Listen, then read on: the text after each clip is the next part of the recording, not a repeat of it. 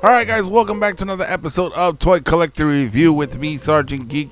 And today we got another Transformer from the Legacy toy line. This here is Scorponok's little brother. This here's SandStorm.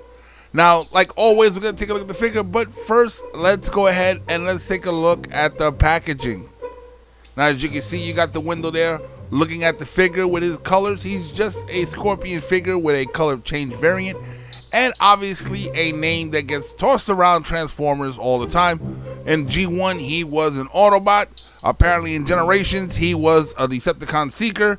And now in Beast Wars, he's a Predacon. But once again, some cool artwork. Very cool design. I do like the Scorponok's design for the Beast Wars toy line. Very cool here.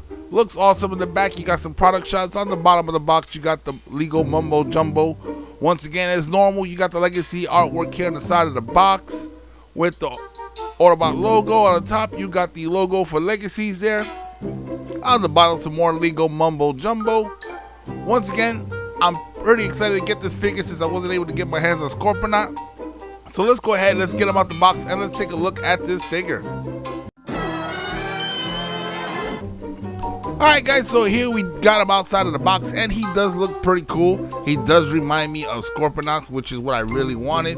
But let's go ahead and get a closer look at him. As you can see, obviously, he's got a different head sculpt than Scorponok. Pretty cool, but it kind of looks like a lion almost to me, in my opinion. Lots of detail going down this figure. And obviously, he's a different color, as Scorponok is like the gray, green, and purple. This one is purple, orange, and I guess you could say like tan. But once again, really nice. Does have a little bit of backpack kibble, but pretty much all Transformers these days have that now, so it's no big deal. Oh, let me get him up here so you guys can see. Try to get him so you guys can see. Now he does look little hollow on the back side, but when he transforms, a lot of that stuff does fill in, and you'll get to see that here when we do it. But so I can tolerate the little bit of hollowness in robot form, because it does get filled out when he's in his alt mode, and there's a reason for it, and you'll see. But all in all, he's still a pretty cool looking figure. Now for articulation, his head is on a ball joint, so you do get a little bit of up and down, and you get some left and right there. Now with the arms, it does go out 90 degrees at the shoulder, as you can see here, and it does have a 360 rotation as well. Now at the elbows, you do get a bend there, and I believe it's 90 degrees. It's hard to tell with those big claws, but to me it looks like it's a 90-degree bend. Oh, my mistake, a little bit under 90 degrees, just shy of it. And you do have some bicep rotation there as well. Now when it comes to the claws, you do have some rotation there, as you can see here. And there's no tiltage, but the claws do open up, and as you can see, there's a peg there where you can put something in. We'll get to that here in a minute. Let's get the arms out of the way. Now this figure is supposed to have some hip rotation. He does for transformation, but here obviously he doesn't have it. Now this is as far as you can make him open his legs off to the side. He does have thigh rotation, as you can see there. Now his legs can go all the way out forward, and he does have some pretty good bend at the knees there, as you can see here. So you can get some poses out of it nevertheless. Now the foot, due to transformation, he has these little tilts here, so his toes can go down. And he has some ankle tiltage as well. Very cool right there. Alright, let's go ahead, let's stand them up. Because SandStorm does come with some accessories. So let's go ahead, let's pull out the accessories, and let's take a look at them right now. Now the first accessories, you got this B type thing here. Once again, really cool. As you can see, he's got lots of detail to it, very nicely done. And it sits on a peg, which I'm holding and spinning around.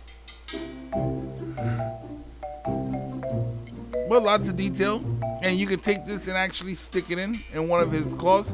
And he has a set of rockets here as well. One side is hollow, the other side isn't, but you can set it up so you don't see the hollow side, as with all the Transformer toys. Now let's go ahead, let's peg these into his claws. I think I'm gonna put the B over here.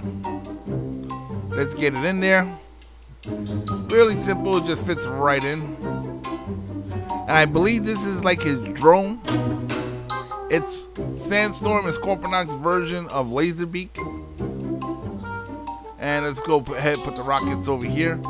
Now once you put the rockets in, the claws really don't close. I'm gonna try to switch them out later on to see maybe that's what it is, but I think the claws are the same size. So maybe you gotta twist them around or something. But the instructions show to put it in that way, so that's what we're gonna do. All in all, a okay figure. But guys, let's go ahead, let's transform him, and let's check out his alt mode. The Transformers will return after these messages. And as the battle between the Autobots and Decepticons rages on, Megatron creates Triple Changers, the most evil Decepticons of all. But the Autobot scientist Perceptor is ready for anything. Introducing Perceptor. From a working microscope, he transforms into a robot. The Transformers. And Triple Changer Blitzwing transforms from tank to plane, and from plane to robot.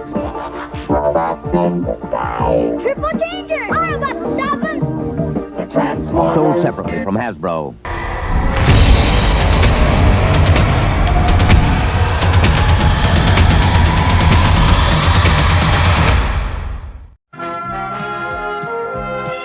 We now return to the Transformers.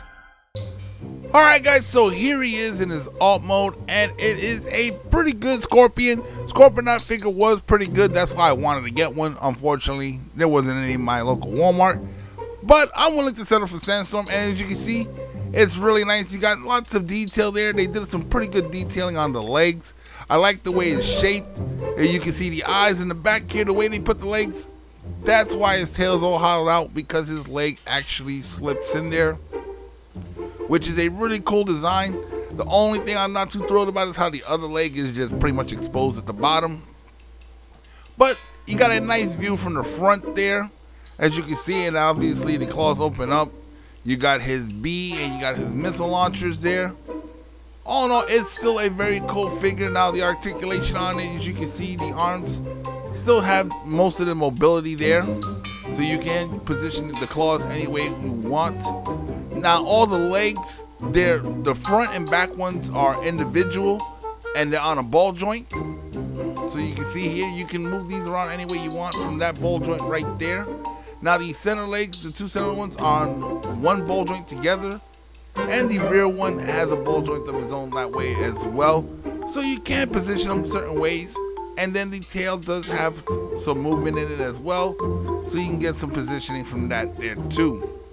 All in all, still a really good figure. I wish I had Scorponok for the colors, but he's gonna look just as good on my shelf. And here's a view of the bottom. Obviously you can see the robot underneath.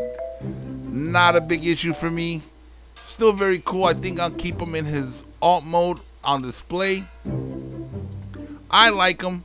I like the Beast Wars. I did get into them a little late, but I got into them nevertheless. And I think the figures are pretty cool, especially from this new toy line that they got from Legacy and from the War for Cybertron figures that they've been putting out earlier. They have been producing a lot of cool figures that are actually getting me into some of the old school figures once again. So I do like this figure. Very nicely done. Well guys, that's where we're going to end the video for today. Alright guys, so that wraps up another episode of Toy Collector Review. Now when it comes to my buddy SandStorm here, is he worth getting? In my opinion, if you already have a Scorponok, not really, because they're pretty much the same thing, just a variant color. But if you want to display them, like I know some people like to get two of a figure and put one in the alt mode and one in the robot mode. By all means, do that. I think that actually looks really good on the shelf if you get a color variant and put one in one mode and the other in the opposite mode of two different color schemes. That looks pretty cool. If you go and buy two of the same figure just to have one in one mode and the other, it takes up a lot of space and that can get pretty pricey. But for 22 bucks, he's not bad. I'm going to leave him in his Scorpion mode on my shelf, and hopefully searching around, I'll be able to get my hands on a Scorponok and I'll be able to add him to the collection. Okay guys, once again it comes to that point in the video where if you haven't done so already, like and subscribe to this video, share this video on your social media platforms. If there's anything you guys want to see on this channel, go ahead and hit me in the comment section below, and I will do my best to get that out there for you guys. And guys, don't forget to check out the Nirvana Facebook group. For the month of October, we are going to be doing a giveaway. I got quite a few prizes to give away. Don't know how we're going to do that yet. I'm still figuring out how we're going to do this one. This is going to be the third or fourth giveaway I've done so far. So guys, make sure you check that out. Become a member of Nerdvana, so this way when I put out the rules, you guys can follow the rules and make sure that you're eligible to win yourself some of these prizes. Alright guys, I'm Sergeant Geek, and I'm signing off.